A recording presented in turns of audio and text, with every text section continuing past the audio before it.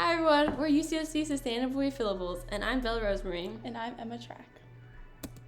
So a little bit about the background of our project and our vision is that me and Bella want to come together to address the intersection of accessibility and sustainability with the implementation of a refill station on campus that would provide hygiene products such as shampoo, conditioner, body wash, dish soap, and laundry detergent. And this would also be where students would bring their own containers to refill their soap. We also wanted to reduce the need for single-use plastics when searching for hygiene products, as well as bridge the gap by making these products available for free to UCSB students. And then we also wanted to encourage students to seek out plastic-free alternatives in their everyday lives. Okay, so a little bit about us. Emma and I have actually been friends since middle school, which is a crazy thing when you think about it. And then we both came to UCSB. So towards the end of our second year's environmental studies majors, we decided we'd actually give Eli a shot because we'd heard about it in a couple of our classes, and we're just like, this thing sounds like a good opportunity. And it's a great opportunity. You guys should do it. But really, we have such like-minded nature, which is why we've been able to be friends for so long, and we have like the same work ethic and both being environmental studies majors. All this commonality has led to probably the strong foundation of our project. And because Bella and I share these same set of values, we came up with a list of foundational SMART goals for our project in the beginning. The first goal was supposed to be specific. We wanted a permanent space or a weekly hygiene pop-up station at least. And then the next goal was supposed to be measurable, so we had envisioned serving about 300 UCSB students. The next goal was meant to be achievable, and we thought we could fully implement this project at least by April of 2025. And then the next goal was meant to be relevant. And we are relevant because we address the need for affordable and sustainable practices on UCSB's campus. And the last goal was meant to be time-bound. However, we want this project to continue past our graduation with the support of volunteers and successors. So with this project, we have had some successes, and we'd like to go over a couple of them with you. The first of which being that we successfully facilitated a partnership with the AS Food Bank as our permanent location on campus, which is very exciting. It was a big struggle for us to find a location in the first place, and so to be able to say we have a permanent space instead of just having pop-ups is really great and helping towards our longevity. And then we secured $4,684 in funding between grants and donations.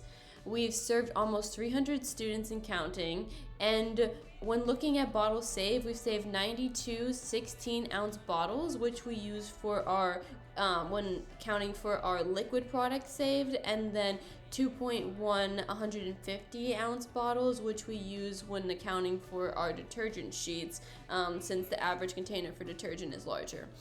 And we've saved, in terms of emissions, 238.9 kilograms of CO2 equivalent, which is really cool. And all this data is thanks to students' willingness to fill out Google Forms. And they come to our station, we ask them to scan the link, and then they fill out the ounces taken in allotment with their monthly allowances, which is 16 ounces of total liquid soap and 10 detergent sheets. And then I guess our last accomplishment / goal is to really have that permanent resource on campus like that of UCSD and UCR. And we have enough funding and supplies currently to last us to the end of next year at least.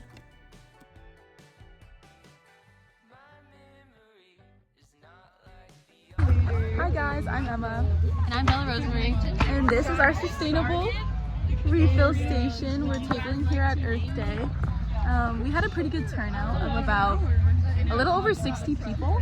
Yeah. This was pretty good. What was the most popular item? I think our most popular item today was dish soap, and the other day when we tabled at the food bank, our most popular item was body wash. Yeah. I think a hidden gem is our detergent sheets. So if you want to check out any of those products, stop by the food bank on Monday at 10 a.m. and get your free hygiene products. And then we also wanted to take a second to just highlight our lovely student audience. We've had such great student feedback so far with students highlighting that they love having this as a resource on campus. So much so that after a few weeks of being open, we've had about 5 students actually come up on their second visit to us with their free allotted container that we've given them to reuse. We've had over 20 students bring their own containers, which is what we really want. And we've had about 15 jars collected through our Clean Use Jar program so that students who don't bring a jar can come up and use the recycled ones that students have provided to them. When thinking about leadership, Eli has really taught us a lot, and so the first one we could talk about is negotiation. The success in a project is as serious as you take it, and if you aren't taking yourself as being a serious business person or a serious project maker, then you're not going to get the success that you want down the line. And so that's really what we learned when communicating with people. The more serious we took ourselves and the more professional we were, the better responses we got from people. And it's just really important to learn to advocate for yourself as well, and to stick to the ideas that you originally kept in mind, regardless that the people you may be speaking to are a higher power than you are. And all of this goes across different platforms of communication, from email to in-person and even like grants. And we learned that when applying for grants and getting funding that way. So that was a great way to also gain some expertise. As far as adaptability goes, we just learned to always have a backup plan, and that you do hear a lot of no's, but that doesn't mean there's not going to be a yes. And I know that's like common business information, but it's really true, and you build persistence, and you just have to keep going on your project. Preparation and organization, that is probably the most important thing that we learned, is just how to be very organized. And if we weren't organized, we would not have been as successful as we are. Like being familiar with different platforms. Us, we use Google Workspace. There were a lot of things that we didn't know existed previously, but we were able to incorporate them and have a successful project, like timeline, budgeting, Excel documents, email tracking, and so on.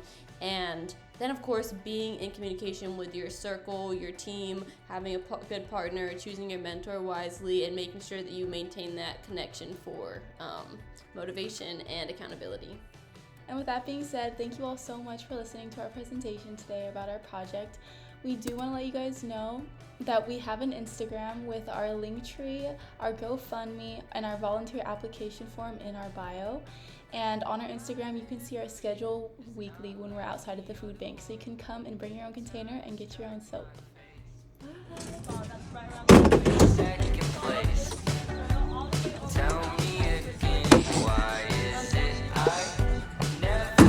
Oh, she's so strong. She's so strong. Oh.